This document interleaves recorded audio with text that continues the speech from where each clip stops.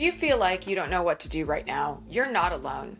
Since Trump's re-election, I've heard from hundreds of people that I've worked with, people who fought, organized, donated, spoken up, and are now staring down even more chaos, asking, what now?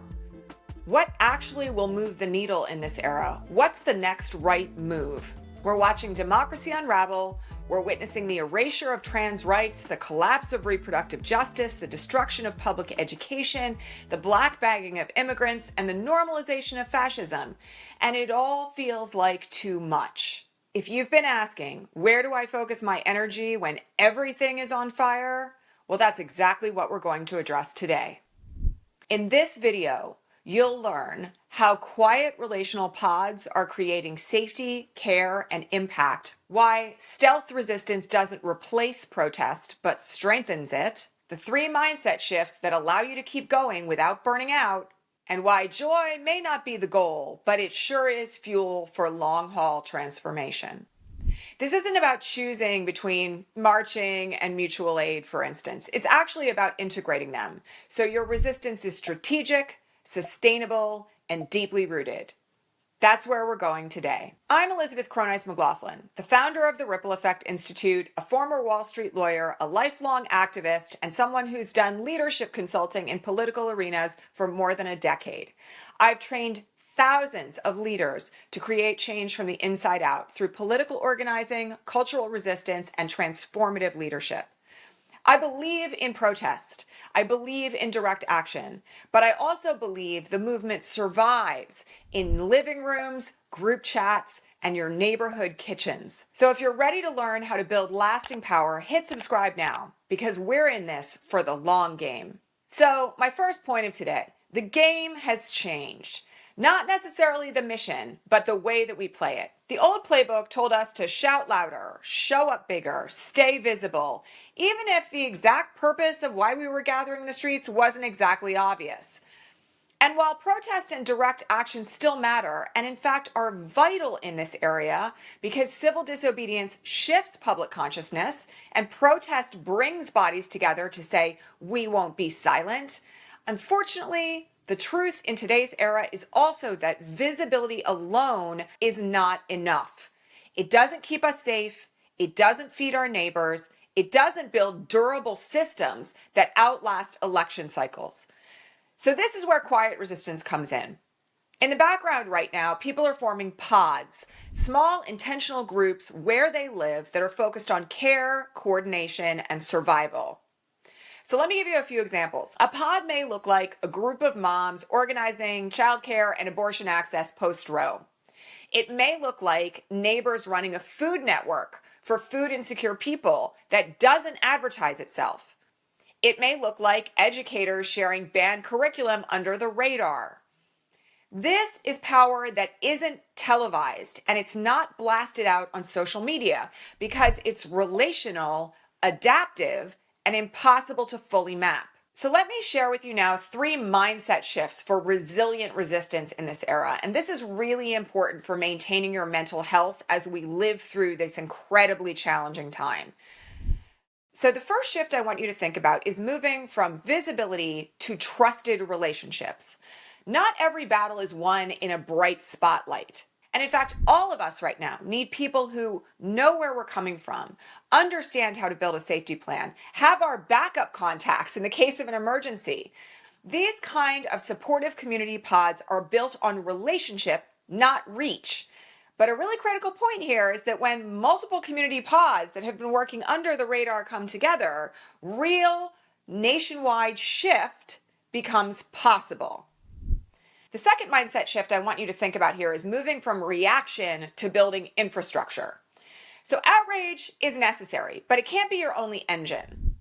We need to think about how to provide food, healing, teaching, security where we live, and that work is deeply political. When you meet a need as existing systems crumble, you're weakening the capacity of the state to control people. And that in and of itself is strategy. It's in fact a whole tenet of political organizing known as dual power, building up systems of security while systems that we've relied upon historically fall to the ground.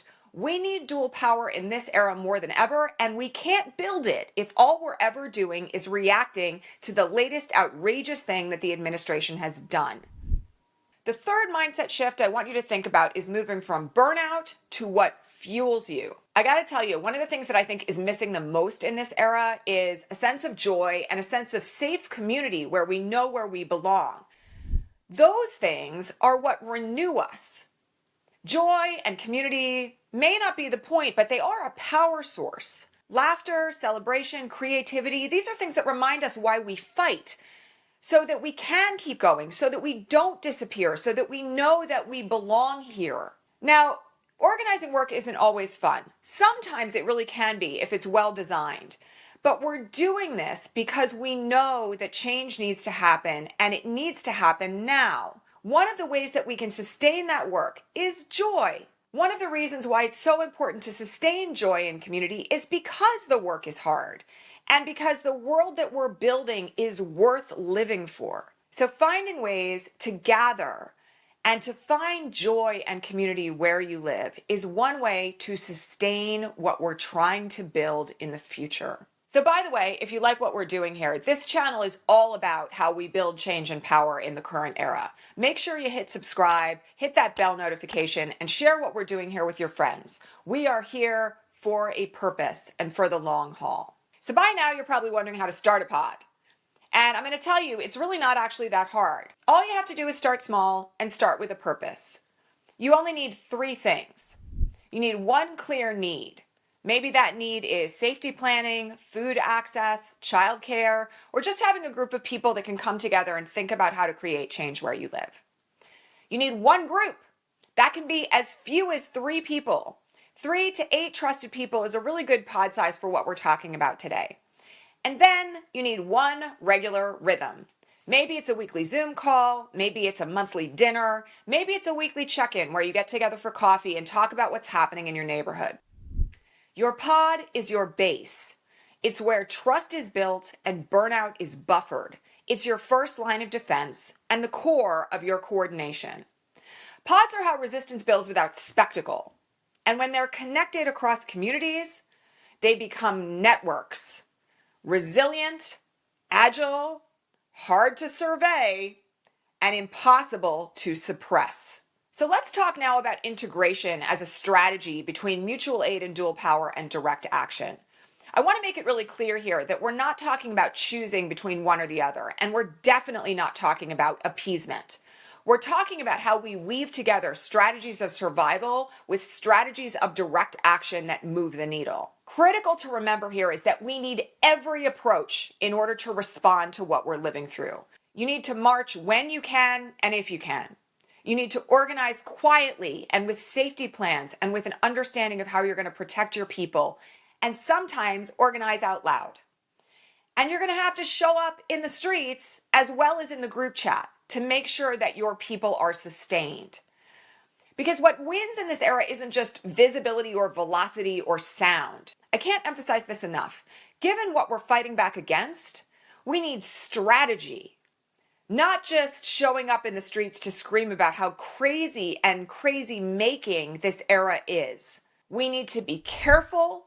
We need to be thoughtful about what we're doing. We need to articulate the clear purposes of the actions that we're engaging in, and we have to be willing to stay in the fight. This moment asks not for martyrs, but for leaders who last. And it's impossible to be one of those if you don't have support where you live. So one thing that I just want to say here, and I want to make this really clear. We're up against tremendous odds right now, but there's an enormous amount of hope. One of the things that I find so difficult on social media these days is it's so easy to log in and feel like all hope is lost. But in my experience, when I'm doing work in my own community, when I'm working and networking and showing up and protesting with people who are similarly committed to the same aims and to building a future beyond this moment, I know that there's no way that we can fail. And so if you are feeling lost and like you don't know what to do right now, the most important thing that you can do is get connected with other people in your area who are doing good work. And they don't have to be overtly political. These don't have to be people who are showing up at the next protest. These can be people who are working at your local food bank or at your local homeless shelter, folks who are committed to immigration rights and doing work on behalf of trans people. There are good people everywhere, even if you feel like you are a blue dot in the reddest of red states. So the best advice I have for you right now is to get deep in that community work. Because the other thing that we need to think about here is that the more work that we can do individually and in small communities where we live, the less likely it is that all of us can be persecuted. And safety considerations are really real right now. So we need every effort and every strategy, but it can't be willy-nilly and it can't be arbitrary and it can't be pointless, because that gives people a sense that nothing is working.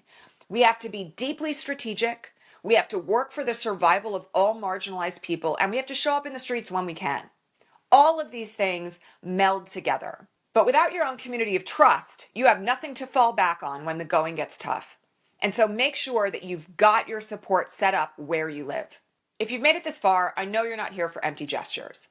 You want to build something real, durable, and humane. That's why I've created a free guide just for you. It's called How to Build Change Without Burning Out. It's full of practical tools, rituals, frameworks, and a heck of a lot of strategy to help you lead with resilience so you can resist now and for the long haul. You can download it right now using the link below. Seriously, go get it. You won't regret it. And of course, subscribe if you haven't already. Share this video with your community pod. And in the comments, tell us, what's the one thing your community pod is doing or could be doing right now to make a difference where you live? We need each other in this era. We need your leadership and your joy and your rage and your strategy. And that's true for every single person listening to this as much as it's true for me. We're not alone and we're not powerless. We have the capacity to create a ripple effect in everything that we do right now. And it's critical that we take every step along the way to fight back. Let's go.